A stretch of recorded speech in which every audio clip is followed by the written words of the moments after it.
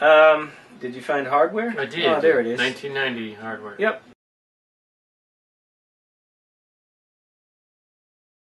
So the thing about Hardware is that it's the brainchild of this really interesting director, Richard Stanley.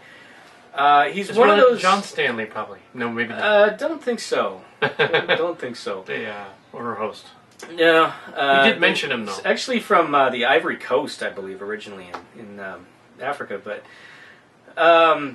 yeah, he's a director who kind of burst on the scene in this sort of surge of talent. Like, it was kind of the era of like the music video director, the like late 80s, early 90s. MTV was still like a really big thing, and so there were a lot of directors who cut their teeth doing like a Madonna video or something, and they would like make everything look really pretty and stylish, and so Hollywood would come calling and say, hey, you clearly know how to make a movie look really pretty, make a movie for us, and then either they actually had the chops to make a movie, which is a lot different than a music video, or they didn't. But one of the hallmarks of this is that in the late 80s, early 90s, a lot of movies were playing that looked like music videos. They had this really flashy, kinetic style.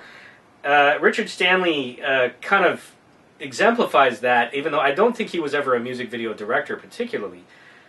But he had this film that he had made that was like 50 minutes long, and it was this weird little science fiction drama about sort of like a post-apocalyptic world, and the main character was like a cab driver or something, and he flew like this flying cab. And kind of like in Heavy Metal? Kind of, except not nearly as it's not an action movie. It's more of a character piece.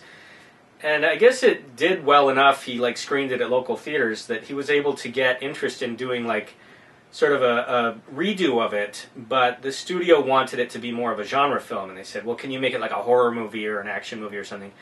And he kind of thought about it and said, sure, why not? So he basically remade that as Hardware, but Hardware is a straight-up horror movie. It's kind of a killer in the house thing, the twist being that instead of like a ghost or a killer, it's this like psychotic robot that it's like what Chappie should have been. Yeah, actually.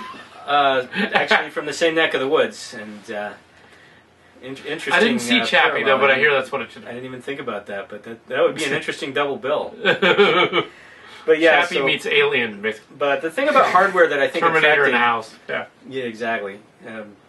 I think the reason it attracted as much attention as it did was one, it is a very stylish movie. It's the story is not particularly original, nor is it really trying to be. It's post-apocalyptic. It's got some neat touches in it, like Iggy Pop is in there, and he plays like this cranky boat captain.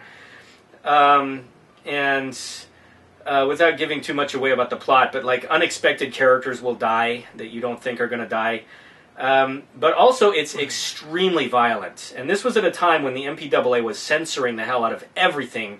Any genre movie was just considered automatically to be the spawn of Satan, and so we must eviscerate. Too much green slime drips out of the alien's mouth here. Cut that out or you get an NC-17. Actually, it was X back in the day. But 1990. Yeah, so Hardware somehow managed to get away with being excessively violent at a time when most of that stuff was being censored. For all that, it's still censored. They talk about it, the making of the movie, like there's a scene where a security guard gets shot in the head, and then the robot, for no particular reason other than to be really messed up, has this sort of chainsaw arm thing and just starts sectioning him up like a roasted ham, basically, with his chainsaw. This scene makes a lot more sense when you know that in the original cut, the guy gets shot in the groin. He takes a crotch hit with the bullet, and so he's still alive, and that's why the robot starts chopping him up, because he's not dead yet.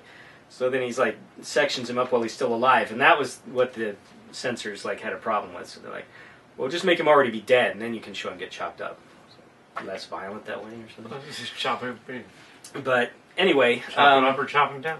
Oh, but yeah, to bring it back to chopping. Choppy. Choppy. Again, interesting double bill concept. You should try that. They're Red Letter Media. We did that joke. You didn't. I'm sure they're watching right now. They did some holiday special radio. Probably. I mean, we didn't really. William Hootkins, the guy I was saying was the evil, slobbering man-child in American Gothic. is probably the character that people, when they remember Hardware at all, they remember his character because he's this voyeuristic lech who's spying on the female lead in the movie while she takes showers with this like infrared camera, and he's talking dirty to her like the whole time, and he's just saying the most vile, you know, apparently he was ad-libbing. The director just said, just say whatever you want. And so he was like, okay. And he just starts spewing out this, like, filthy, disgusting sex talk. They should have dubbed that over the Star Wars character. That's what I'm saying.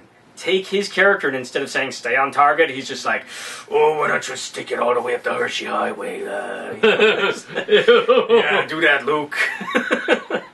That'd be fun. But yeah, so his character is just this, like, really creepy lech, and he eventually, again, without too many spoilers, but he meets his just rewards in a particularly gruesome way.